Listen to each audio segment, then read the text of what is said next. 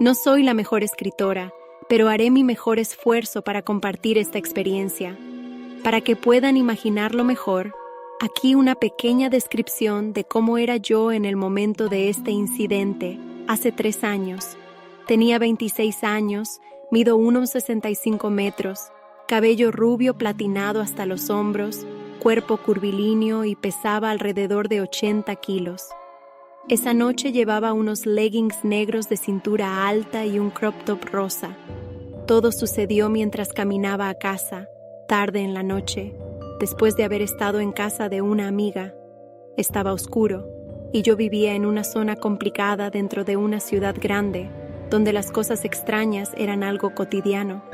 Ya había tenido algunas experiencias incómodas antes, pero siempre había logrado salir de ellas ilesa, así que supongo que me sentía un poco invencible, como si nada realmente peligroso pudiera pasarme. Siempre que camino sola, me mantengo alerta, mirando constantemente a mi alrededor para asegurarme de que estoy a salvo. Esa noche no fue la excepción.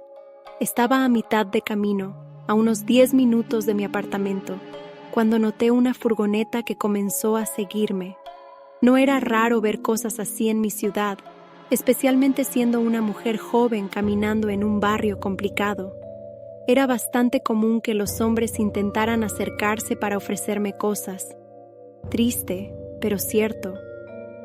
Cruzaba la calle para alejarme, pero no me sentía asustada, solo irritada. Me molestaba lo predecible que podía ser todo. La furgoneta giró por una calle lateral y luego volvió a la misma calle en la que yo estaba. Me alcanzó y se detuvo a mi lado. Miré de reojo y vi que había 2 hombres en el interior. Se parecían mucho, tal vez eran hermanos o incluso gemelos. Ambos tenían el cabello corto, ojos oscuros y piel muy morena. Intenté mantener la calma. Ya había lidiado antes con hombres así. Me detuve, les miré fijamente y les dije con firmeza, no estoy interesada. Pensé que eso sería suficiente, pero no lo fue. Cruzaron la calle de nuevo para seguirme. Cada vez que yo cambiaba de acera, ellos también lo hacían. Empecé a sentirme insegura. Nunca había tenido que esforzarme tanto para hacer que un pervertido me dejara en paz. El miedo comenzó a apoderarse de mí. Aceleraron y pasaron de largo, y yo aproveché para gritarles que se largaran. Por un momento pensé que había funcionado. La furgoneta había desaparecido por completo durante unos minutos, y comencé a sentirme aliviada. Por si acaso, saqué mi teléfono y me preparé para llamar a mi hermana, con quien vivía. Pero antes de que pudiera hacerlo, la furgoneta apareció de nuevo. Esta vez, se detuvo bruscamente junto a mí. Antes de que pudiera reaccionar, uno de los hombres saltó del vehículo y abrió la puerta trasera. Caminaba rápidamente hacia mí con una postura agresiva. No había tráfico en ese momento. El área estaba completamente desierta. Me di cuenta de que eso era lo que habían estado esperando. Un momento en el que no hubiera nadie alrededor. Mi corazón estaba a punto de estallar, pero no dejé que el miedo se viera reflejado en mi rostro. Incliné mi teléfono hacia el hombre que se acercaba y dije con voz firme, «Estás siendo filmado en un video en vivo. Ya les di tu matrícula a mis amigos y la policía está en camino». Por dentro, estaba aterrada, pero hice lo posible por parecer tranquila y convincente. El hombre se detuvo, como si estuviera evaluando si estaba mintiendo o si realmente lo estaban grabando. Incliné el teléfono un poco más, como si estuviera mostrando su rostro a una audiencia invisible. Mi corazón latía tan fuerte que sentí que iba a explotar, pero no me moví. Después de unos segundos que parecieron eternos, el hombre corrió de regreso a la furgoneta y ambos se alejaron a toda velocidad. No he vuelto a ser la misma desde esa noche. Ahora me aterra caminar sola, incluso durante el día. Reviso constantemente mi entorno y siempre llevo el teléfono en la mano. lista para llamar a alguien si es necesario.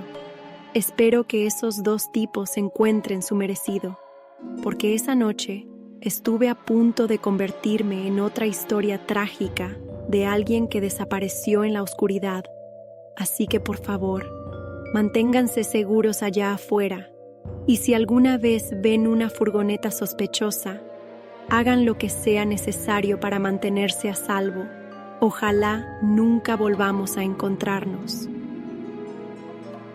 Soy una mujer de 20 y tantos años que vive sola en un acogedor departamento ubicado en el último piso de un antiguo edificio victoriano. Mi pequeño espacio está en lo que antes eran los cuartos de los sirvientes, lo que significa que mi ventana está justo bajo el techo inclinado y los sonidos del exterior resuenan con facilidad. Por las noches podía escuchar perfectamente los pasos y las conversaciones de cualquier persona que pasara por la calle, aunque desde abajo nadie podría oírme a mí. Esa noche eran casi las 4 a.m. Estaba agotada porque no había podido dormir bien durante varias noches seguidas. Las ventanas estaban entreabiertas y las persianas medio levantadas para que entrara aire fresco. Normalmente no las dejo así, pero pensé que a esas horas nadie estaría despierto. Había preparado una taza de té y me senté a leer un libro cuando de repente escuché el timbre de mi puerta. Pensé que era raro no haber oído a nadie acercarse, ya que mi ventana daba a la entrada principal. Revisé mi teléfono, pensando que tal vez algún amigo o familiar había intentado contactarme, pero no había mensajes. Me acerqué a la ventana para ver quién estaba abajo, pero solo podía ver los escalones que llevaban al porche. Las luces con sensor de movimiento estaban encendidas y escuché un leve ruido de arrastre, como si alguien estuviera moviéndose de manera torpe. Supuse que alguien se había confundido de departamento, pero una sensación de inquietud me invadió. Decidí apagar las luces del departamento y me asomé con cuidado por las persianas. Después de unos minutos, las luces del porche se apagaron, aunque no vi a nadie bajar los escalones. Intenté convencerme de que tal vez simplemente no lo había notado. Al cabo de unos 20 minutos, volví a encender la lámpara para seguir leyendo. Justo en ese momento, el timbre sonó de nuevo, pero esta vez de forma insistente, como si alguien estuviera presionándolo continuamente. Mi corazón comenzó a latir con fuerza. ¿Quién tocaría a mi puerta a las 4 a.m.? Con la mano temblorosa, contesté por el intercomunicador. ¿Hola?, pregunté. Del otro lado, escuché una respiración pesada, pero nadie respondió. ¿Quién es? ¿Qué quiere?, insistí, pero solo oía la misma respiración. Colgué, intentando calmarme. Tal vez era alguien borracho que había confundido la dirección, pero apenas solté el intercomunicador, volvió a sonar con más insistencia. «Diga quién es o voy a llamar a la policía», grité. Por un momento, solo escuché el zumbido del intercomunicador. Luego, una voz masculina respondió con desesperación. «Por favor, déjame entrar. Me están persiguiendo y quieren hacerme daño. Solo necesito un lugar seguro». Su voz temblaba, como si estuviera al borde del llanto. Pero algo no me cuadraba. Su tono no sonaba del todo sincero, y aunque podría haber sido verdad, mi instinto me decía que no debía abrirle la puerta. «Lo siento, no puedo ayudarte», dije, y colgué de nuevo. Agarré mi teléfono móvil y llamé a la policía. La operadora me dijo que me quedara tranquila y que ya habían recibido otra llamada de alguien más en el edificio. Al parecer, el hombre había intentado entrar por las ventanas de la planta baja. Me aconsejaron que mantuviera las luces apagadas y las puertas cerradas con llave mientras enviaban una patrulla. Apagué todas las luces y me quedé sentada en el suelo, pegada a la pared, escuchando. Al cabo de unos minutos, las luces del porche volvieron a encenderse y esta vez escuché pasos pesados justo afuera de la puerta principal. El hombre estaba merodeando otra vez. De repente, un coche se detuvo frente a la casa. Era un taxi, y el conductor bajó la ventana para gritar: «Oye, tú, ¿qué estás haciendo ahí?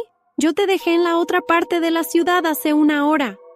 Al parecer, el taxista reconoció al hombre. La respuesta del desconocido fue confusa.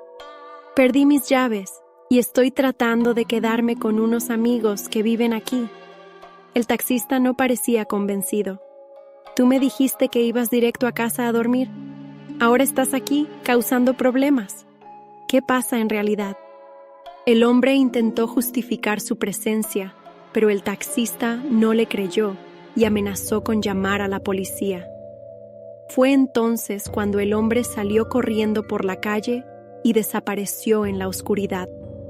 El taxista se marchó poco después y me quedé vigilando desde la ventana hasta que llegó la policía. Aunque nunca lo atraparon, el taxista probablemente evitó que algo peor ocurriera esa noche. No dormí bien durante semanas y me quedé en vela muchas noches, escuchando cada pequeño ruido. Pronto me mudaré a una casa con amigos y aunque perderé mi privacidad, estaré agradecida de no volver a enfrentar algo así estando sola.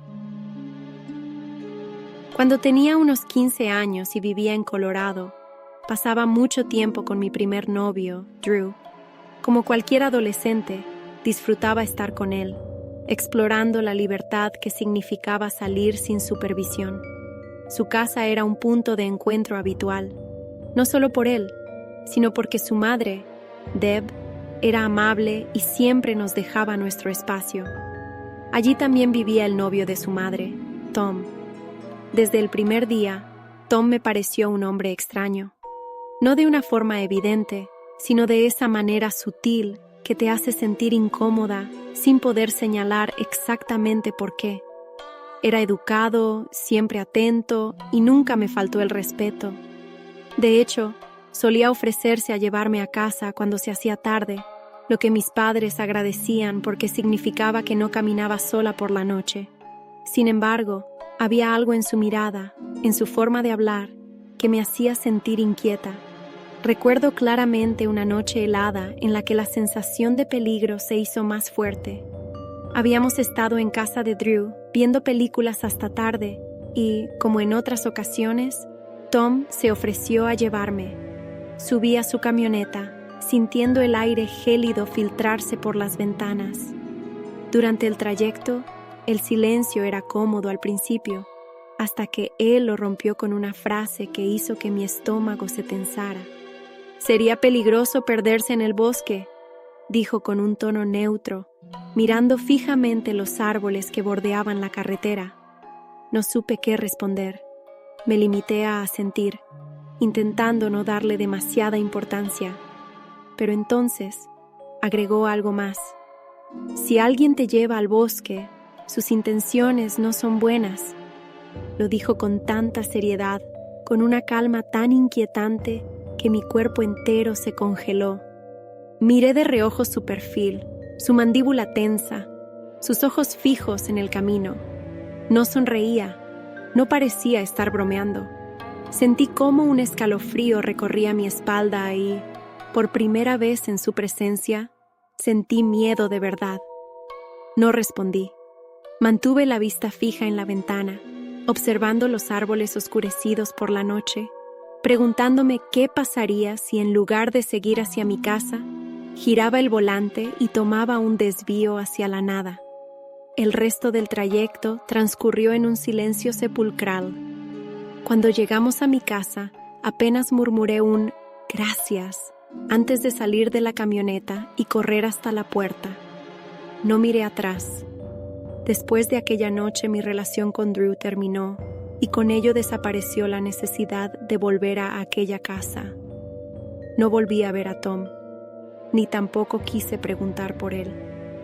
Para mí era solo un recuerdo incómodo que con el tiempo se desvaneció, hasta que, en mi último año de secundaria, su nombre volvió a aparecer de una forma aterradora. Una tarde cualquiera, mientras hojeaba el periódico en la biblioteca de la escuela, mis ojos se posaron en un titular que hizo que mi estómago se contrajera. Hombre arrestado por atacar a una persona es extraditado a Colorado. Y debajo, su fotografía. Era Tom. Leí el artículo con el corazón palpitando. Lo habían detenido en Virginia Occidental y extraditado a Colorado para ser juzgado por el ataque a una joven llamada Cher Elder. Según la investigación, Cher había desaparecido hacía años y fue encontrado en un área remota. El juicio reveló lo que nadie en aquella casa parecía saber, o quizás simplemente ignoraban. Tom tenía un historial de violencia. No solo había sido Cher, sino que su expediente incluía ataques a otras mujeres. Leí con detenimiento cada detalle, sintiendo que el suelo bajo mis pies se tambaleaba. Su modus operandi era siempre el mismo. Recogía a mujeres jóvenes, las llevaba a lugares apartados. Mi mente viajó de inmediato a aquella noche en la camioneta, cuando habló del bosque, cuando me dijo que si alguien te llevaba allí, sus intenciones no eran buenas. ¿Fue una advertencia? ¿O estaba tanteando el terreno? ¿Me salvé solo porque algo lo hizo cambiar de opinión? Esa pregunta me atormentó por mucho tiempo. Años después, todavía recuerdo su tono de voz, la forma en que la temperatura pareció descender unos grados dentro de esa camioneta cuando dijo aquellas palabras. Tom fue condenado a cadena perpetua y nunca volví a cruzar caminos con alguien como él. Pero a veces, en las noches silenciosas, cuando paso por un bosque o cuando escucho el crujir de las hojas en la oscuridad, me pregunto qué habría pasado si aquella noche hubiese sido distinta. Si en lugar de llevarme a casa, hubiese girado el volante hacia otro camino.